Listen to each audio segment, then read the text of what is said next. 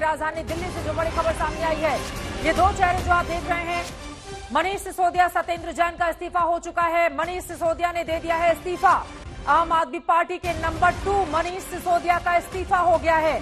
दिल्ली में अभी कोई नया मंत्री नहीं बनेगा, दूसरे मंत्री जो हैं उन्हीं को इनका प्रभार सौंपा जाएगा। ये बड़ी जानकारी सामने आ रही है।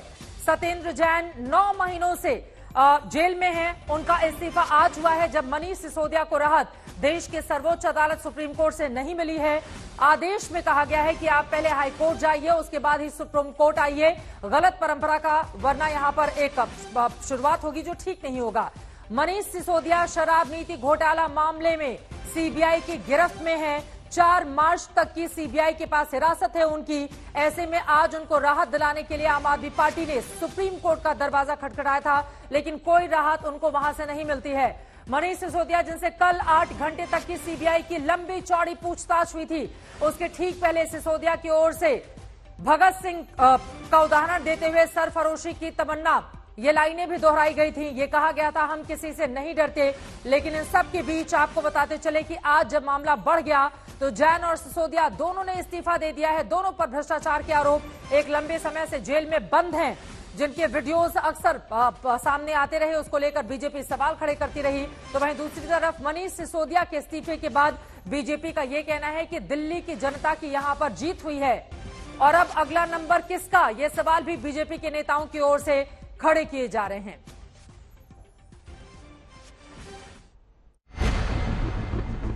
जेल जाने की शर्मिंदगी थी या खुद को ईमानदार बनाने की एक और कोशिश, मगर हुआ ये कि मनीष सिसोदिया ने अपने सारे मंत्रालय से, मंत्री पद से इस्तीफा दे दिया। मनीष सिसोदिया ने इस्तीफा दिया और अरविंद केजरीवाल ने स्वीकार भी कर लिया। आम आदमी पार्टी कह रही है कि कर नहीं तो डर नहीं। आपकी पार्टी का चरित्र क्या है, भूल गए आप वो पार्टी है मान्यवर जिसके राष्ट्रीय अध्यक्ष बंगारू लक्ष्मण जी को रक्षा सौदे में कमीशन और रिश्वत लेते हुए कैमरे पर पकड़ा गया था। जितनी हैरानी इस बात से हो रही है कि मनीष सिसोदिया ने इस्तीफा दे दिया, उससे ज्यादा हैरानी इस बात पर हो रही है कि करीब साल भर से जेल में बंद स्वास्थ्य मंत्री सत्येंद्र जैन ने भी इस्तीफा दे दिया। आप मंत्री बने ही क्यों? आम आदमी पार्टी आई ही क्यों? इसका जन्म ही क्यों हुआ? अरे आम आदमी पार्टी का जन्म हुआ है आपको बेनकाब करने के लिए। जो पूरे देश में खोखा खोखा करके आप सरकारों को गिरा रहे हैं, ये लोग भ्रष्टाचार पे बात कर रहे हैं, बताइए आप।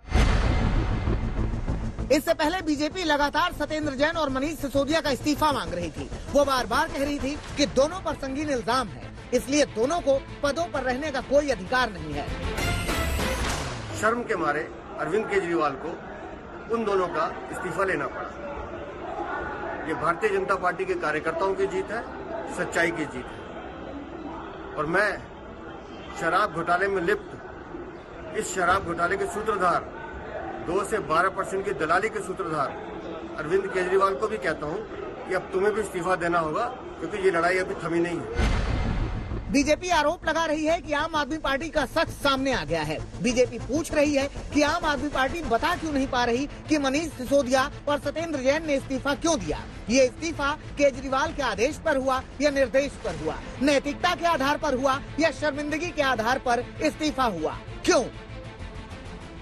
हमने नैतिकता के आधार के ऊपर इस्तीफा दिया, ये कहने की बजाय अनेक प्रकार के नाना प्रकार की बातें कही। तो अब मैं यह भी बताना चाहता हूं, आपके तो हर आरोप को सबूत मान लिया जाए और यहां जांच में जो सबूत माने गए, जिसको आप कोर्ट में भी नहीं काट पाए, उन्हें पूरी तरह गलत मानकर कट्टर ईमानदार का सर्टिफिकेट दे दिया जाए। बीजेपी सवाल कर रही है कि इतने महीनों से सत्येंद्र जैन जेल में थे, तब तो उन्होंने इस्तीफा नहीं दिया, तब नैतिकता कहां थी? बीजेपी आम आदमी पार्टी पर लगातार हमला बोल रही है, कह रही है कि यह इस्तीफा मजबूरी में दिया गया है, मगर अब कोई फायदा नहीं।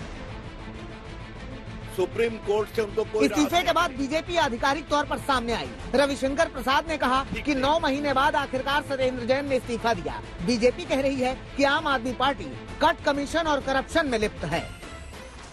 जिन लोगों ने भ्रष्टाचार के नाम पर लड़ाई करते हुए देश के लिए एक नैतिक बल बनाने का दावा किया था, और कौन ईमानदार है और कौन नहीं ईमानदार है, उनका शासन क्या है कि दिल्ली में शराब पीने वालों की संख्या बढ़ाओ,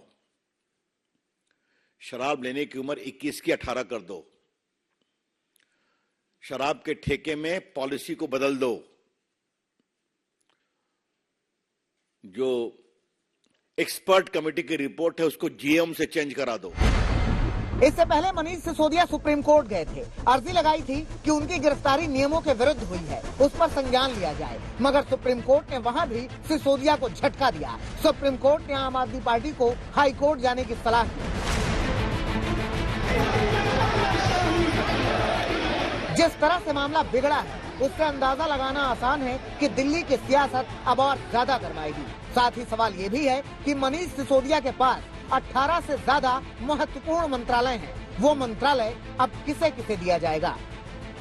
दिल्ली से संजय शर्मा और पंकज जैन के साथ आज तक ब्यूरो। बीजेपी ने मांग लिया है मुख्यमंत्री अरविंद केजरीवाल का इस्तीफा और एक और घोटाले का जिक्र करते हुए नंद नगरी में उसकी जांच शुरू हो गई है। बीजेपी के नेता इस बारे में जिक्र करते हुए, पंकज सीधे आपके पास आते हुए, बीजेपी को बड़ा मौका मिला है, लगातार वो इसको भुनाना चाहती है। अब दिल्ली में अब लोगों के पास जाकर इस बात को प्रचार प्रसार भी वो करेगी कि कैसे अब दिल्ली वालों की जीत हुई सिसोदिया के इस्तीफे के बाद, और अब तो सीधे मुख्यमंत्री का इस्तीफा मांग रही है बीजेपी। पंकज,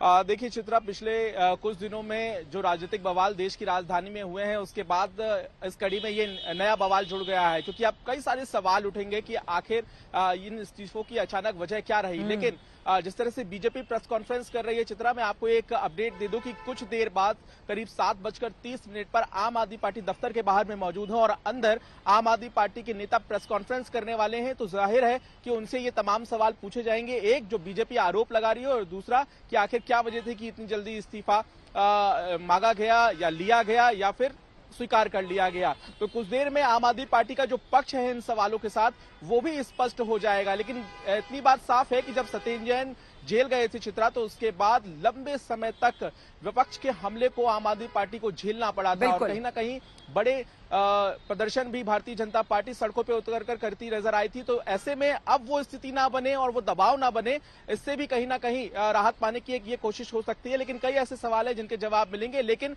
सरकार का जो कामकाज है उस पर असर भी ना पड़े, लेकिन ये भी एक बड़ी चिंता। बिल्कुल बिल्कुल, क्योंकि आगे आने वाले वक्त में वित्त मंत्रालय भी मनीष सिसोदिया के पास था, आगे आने वाले वक्त में दिल्ली का बजट पेश किया जाना है, तो ऐसे में चुनौतियां कहीं ज्यादा आम आदमी पार्टी के लिए बढ़ जाती हैं। लेकिन पंकज, एक और सवाल है, जिस सत्येंद्र जैन के जेल में जाने के बाद, क्योंकि उनके पास भी एक मंत्रालय नहीं थे, कई मंत्रालय थे, सत्येंद्र जैन जेल में जाते हैं, बीजेपी हंगामा करती है, सड़क पर विरोध करती है, लेकिन कोई असर आपके ऊपर नहीं होता और 9 महीने तक उनका इस्तीफा नहीं लिया जाता। मनीष सिसोदिया एक दिन पहले सीबीआई की कस्टडी में 5 दिनों के लिए जाते हैं, अगले दिन ही उनका इस्तीफा हो जाता है। अब तो बीजेपी के पास ये मौका मिल गया ना, बैठे बिठाए बीजेपी तो कहेगी, भुनाएगी कि देखिए इन्होंने चोरी की थी, इस वजह से इस्तीफा देना पड़ा, ये दिल्ली वालों की जीत है। अभी से बीजेपी के नेता इस बात को लेकर लोगों के बीच जा रहे हैं, तो फिर इस सवाल का जवाब आम आदमी पार्टी कैसे देगी? देखिए बिल्कुल, आपको याद होगा कि पिछले दिनों जब मनीष सिसोदिया को गिरफ्तार कर लिया था सीबीआई ने, तो उसी दौरान ही भारतीय जनता पार्टी ने इस्तीफा मांग लिया था।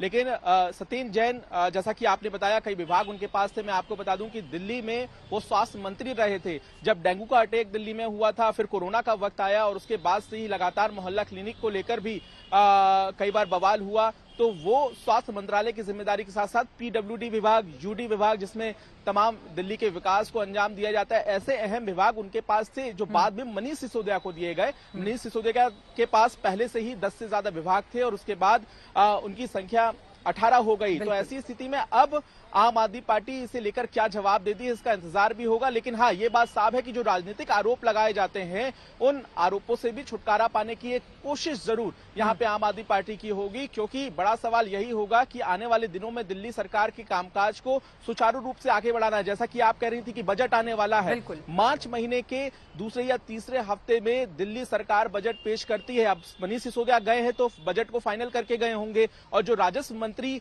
फिलहाल हैं कैलाश गहलोत, जिन्हें और भी विभाग अभी बांटे जाएंगे, वो कहीं ना कहीं इस विभाग की जिम्मेदारी संभाल सकते हैं। तो देखना यह भी होगा कि क्या कैलाश गहलोत बजट पढ़ते हुए नजर आएंगे, लेकिन इसके लिए थोड़ा और आधिकारिक इंतजार करना होगा। तो सरकार के सामने कामकाज की चुनौती थी, उसका। शुक्रिया पंकज इस पूरी जानकारी के लिए, आगे भी जानकारी आपसे हम लेते रहेंगे।